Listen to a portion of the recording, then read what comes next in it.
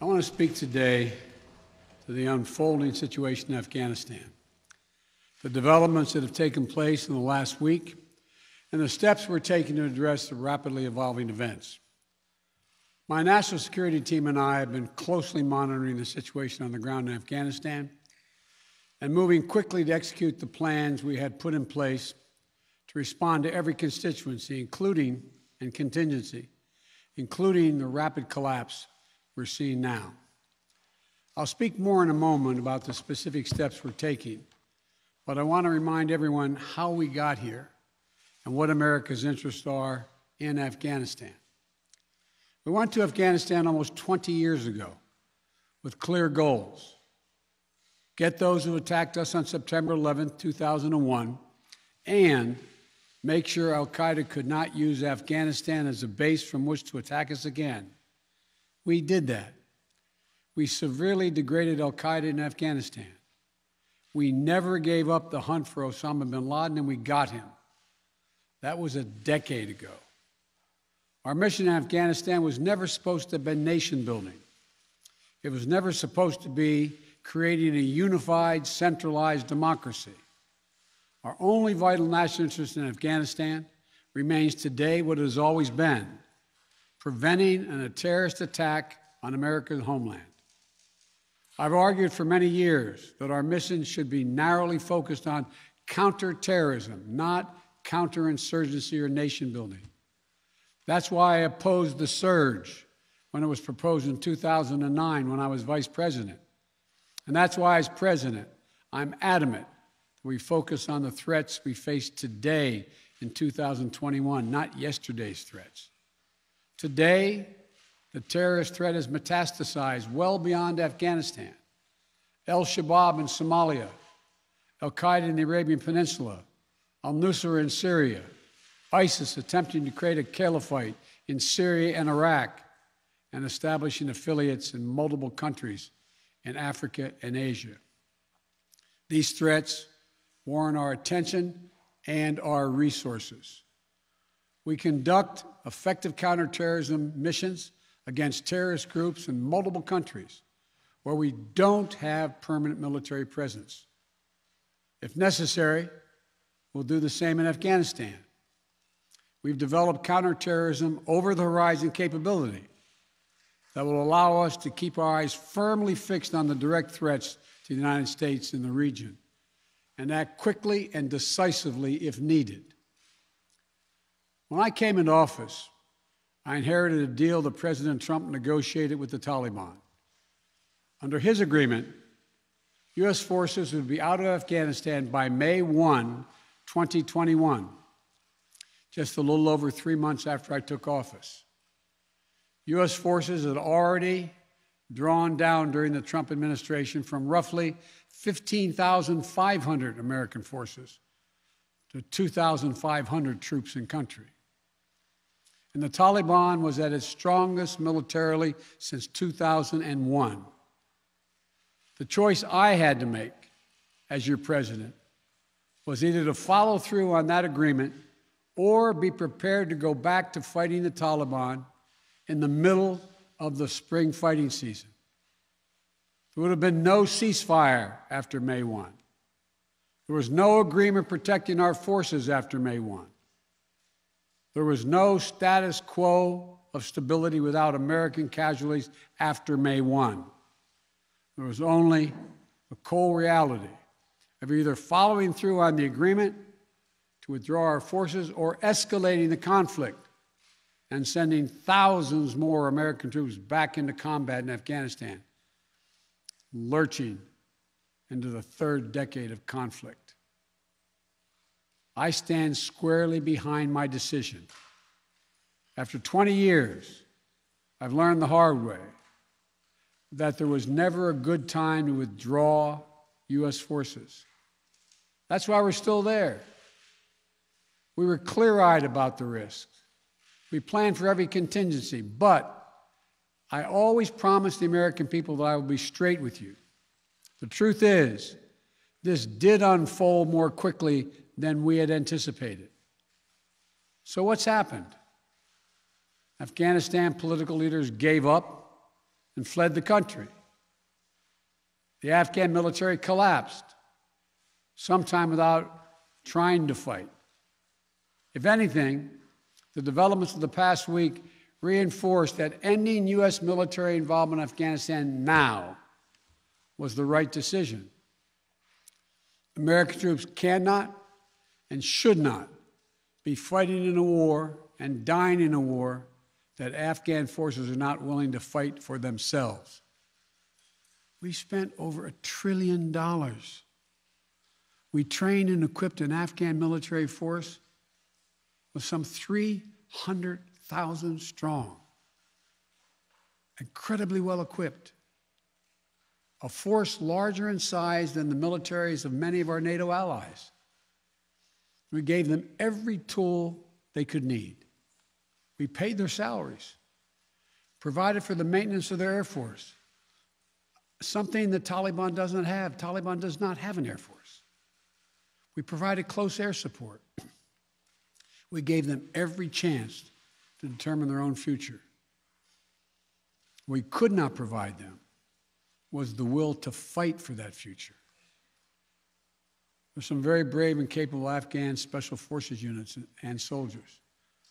But if Afghanistan is unable to mount any real resistance to the Taliban now, there is no chance that 1 year, 1 more year, 5 more years, or 20 more years of U.S. military boots on the ground would have made any difference. Here's what I believe to my core.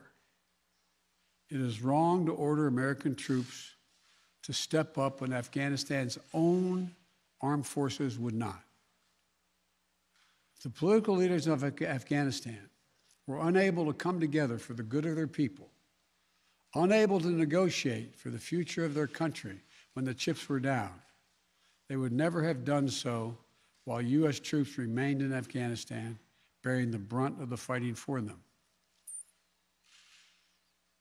And our true strategic competitors, China and Russia, would love nothing more than the United States to continue to funnel billions of dollars in resources and attention into stabilizing Afghanistan indefinitely. When I hosted President Ghani and Chairman Abdullah at the White House in June, and again when I spoke by phone to Ghani in July, we had very frank conversations. We talked about how Afghanistan should prepare to fight their civil wars after the U.S. military departed, to clean up the corruption in government so the government could function for the Afghan people. We talked extensively about the need for Afghan leaders to unite politically.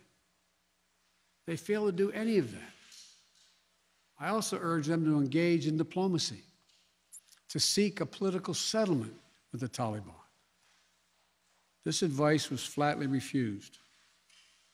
Mr. Ghani insisted the Afghan forces would fight, but obviously he was wrong. So I'm left again to ask of those who argue that we should stay, how many more generations of America's daughters and sons would you have me send to fight Afghanistan's civil war when Afghan troops will not? How many more lives, American lives, is it worth? How many endless rows of headstones at Arlington National Cemetery? I'm clear on my answer. I will not repeat the mistakes we've made in the past. Mistake of staying and fighting indefinitely in a conflict that is not in the national interest of the United States, of doubling down on a civil war in a foreign country, of attempting to remake a country through the endless military deployments of U.S. forces. Those are the mistakes we cannot continue to repeat because we have significant vital interest in the world that we cannot afford to ignore. I also want to acknowledge how painful this is to so many of us. The scenes we're seeing in Afghanistan, they're gut-wrenching, particularly for our veterans, our diplomats, humanitarian workers, for anyone who has spent time on the ground working to support the Afghan people, for those who have lost loved ones in Afghanistan. and for Americans who have fought and served in the country, serve our country in Afghanistan. This is deeply, deeply personal. It is for me as well. I've worked on these issues as long as anyone. I've been throughout Afghanistan during this war, while the war was going on, from Kabul to Kandahar to the Kunar Valley. I've traveled there on 4 different occasions. I met with the people. I've spoken to the leaders. I spent time with our troops.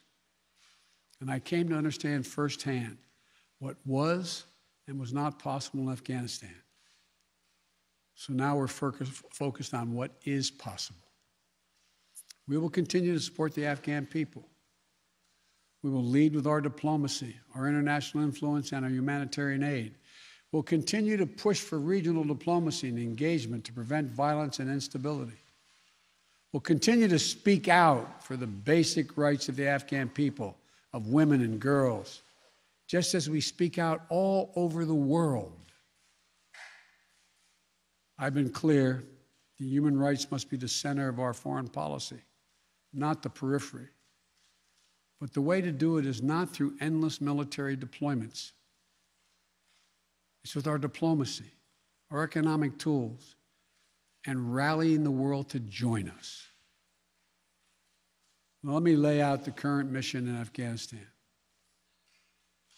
I was asked to authorize, and I did, 6,000 U.S. troops to deploy to Afghanistan for the purpose of assisting in the departure of U.S. and allied civilian personnel from Afghanistan, and to evacuate our Afghan allies and vulnerable Afghans to safety outside of Afghanistan. Our troops are working to secure the airfield and to ensure continued operation of both the civilian and military flights. We're taking over air traffic control. We have safely shut down our embassy and transferred our diplomats. Our diplomatic presence is now consolidated at the airport as well. Over the coming days, we intend to transport out thousands of American citizens who have been living and working in Afghanistan. We'll also continue to support the safe departure of civilian personnel, the civilian personnel of our allies who are still serving in Afghanistan. Operation Allies Refugee, which I announced back in July, has already moved 2,000 Afghans who are eligible for special immigration visas and their families to the United States.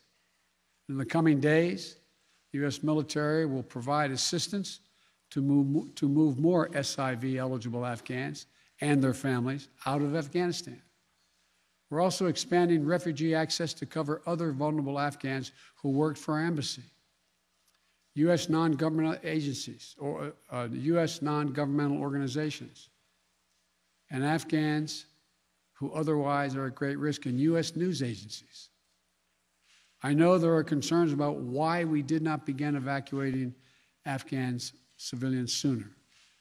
Part of the answer is some of the Afghans did not want to leave earlier, still hopeful for their country. And part of it because the Afghan government and its supporters discouraged us from organizing a mass exodus to avoid triggering, as they said, a crisis of confidence.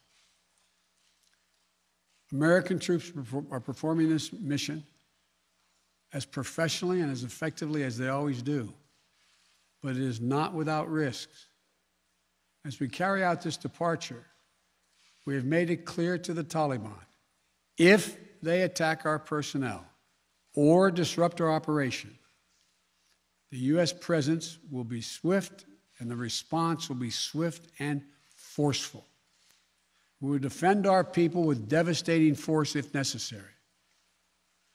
Our current military mission will be short in time, limited in scope, and focused in its objectives. Get our people and our allies to safety as quickly as possible. And once we have completed this mission, we will conclude our military withdrawal. We will end America's longest war after 20 long years of bloodshed.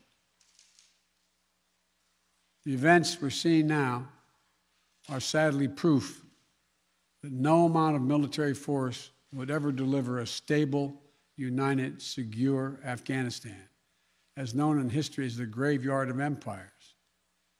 What's happening now could just as easily happen 5 years ago or 15 years in the future. We have to be honest. Our mission in Afghanistan is taking many missteps, made many missteps over the past 2 decades. I'm now the 4th American president to preside over war in Afghanistan, 2 Democrats and 2 Republicans. I will not pass this responsibility on to a 5th president. I will not mislead the American people by claiming that just a little more time in Afghanistan will make all the difference. Nor will I shrink from my share of responsibility for where we are today and how we must move forward from here. I am President of the United States of America, and the buck stops with me. I'm deeply saddened by the facts we now face. But I do not regret my decision to end America's warfighting in Afghanistan and maintain a laser focus on our counterterrorism missions there and other parts of the world. Our mission to degrade the terrorist threat of al-Qaeda in Afghanistan and kill Osama bin Laden was a success. Our decades-long effort to overcome centuries of history and permanently change and remake Afghanistan was not, and I wrote and believed it never could be. I cannot and will not ask our troops to fight on endlessly in another country's civil war, taking casualties, suffering life-shattering injuries, leaving families broken by grief and loss. This is not in our national security interest. It is not what the American people want. It is not what our troops, who have sacrificed so much over the past 2 decades, deserve. I made a commitment to the American people when I ran for president that I would bring America's military involvement in Afghanistan to an end. While it's been hard and messy, and yes, far from perfect, I've honored that commitment. More importantly, I made a commitment to the brave men and women who serve this nation that I wasn't going to ask them to continue to risk their lives in a military action that should have ended long ago. Our leaders did that in Vietnam when I got here as a young man. I will not do it in Afghanistan. I know my decision will be criticized, but I would rather take all that criticism than pass this decision on to another president of the United States, yet another one, a 5th one, because it's the right one, it's the right decision for our people, the right one for our brave service members who risk their lives serving our nation, and it's the right one for America. Thank you. May God protect our troops, our diplomats, and all brave Americans serving in harm's way.